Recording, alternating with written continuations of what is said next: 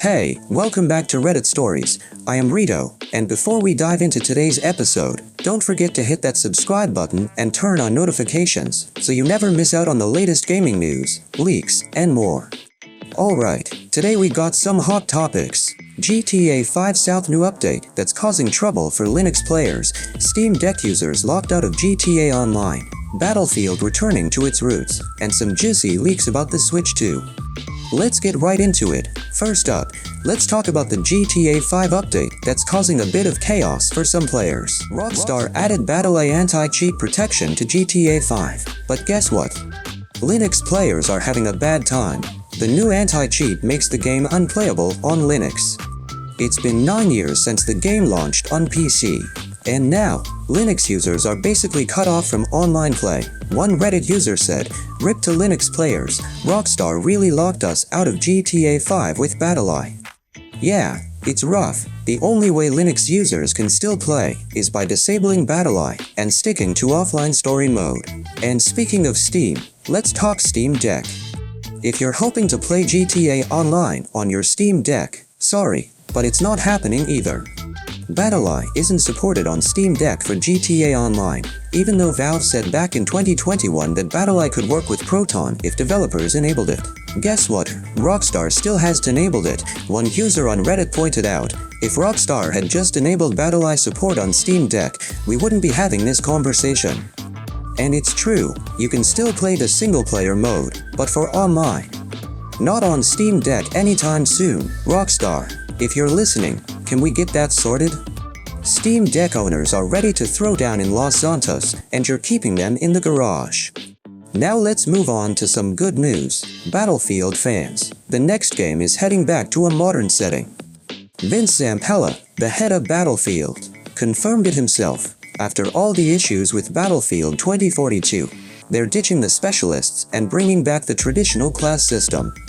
Plus, smaller maps with 64-player battle sets like Battlefield is returning to what made it great. A lot of Redditors are calling this a return to form. One user said, "This is exactly what we need in a modern setting. Smaller maps, and focusing on what made Battlefield awesome in the first place." This feels like a much-needed course correction for the series. Next up, we got some Sims news. EA just announced that they're releasing new creator kits built by the community, and they'll be priced at $5, just like the existing kits. It's cool that they're giving the community a chance to create, but there's one thing missing. They haven't revealed how much creators will actually get paid. One Reddit user mentioned, "AI is great at making money from players, but can we talk about how much they're paying the creators behind these kits?" The transparency is definitely lacking. And speaking of creative games, The Plucky Squire, an indie title from Devolver Digital, is also generating buzz. It's got 2D characters jumping into 3D gameplay, but the community is split on it. Some people love the creative concept, while others feel the balance is off for different age groups. Now let's talk about Final Fantasy XVI. It's finally out on PC. And while the game looks fantastic, some PS5 players are reporting performance issues with the new update. We're talking frame rate drops and missing graphics in more intense areas of the game.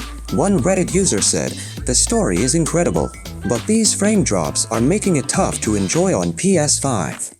Hopefully, Square Enix will roll out a patch soon to fix these issues. Now, let's get into some juicy leaks. There are alleged images circulating of a potential new Switch model, and if they're legit, we're looking at some major upgrades. The new model supposedly has a bigger screen, 12 GB of RAM, to 156 GB of flash memory, and support for 4K and HDR through HDMI 2.1. That's some serious power for a portable console. One Redditor summed it up well. If these specs are real, the new Switch model could be competing with the Xbox Series S. That's a big statement, but it sounds like Nintendo is going all out with this one.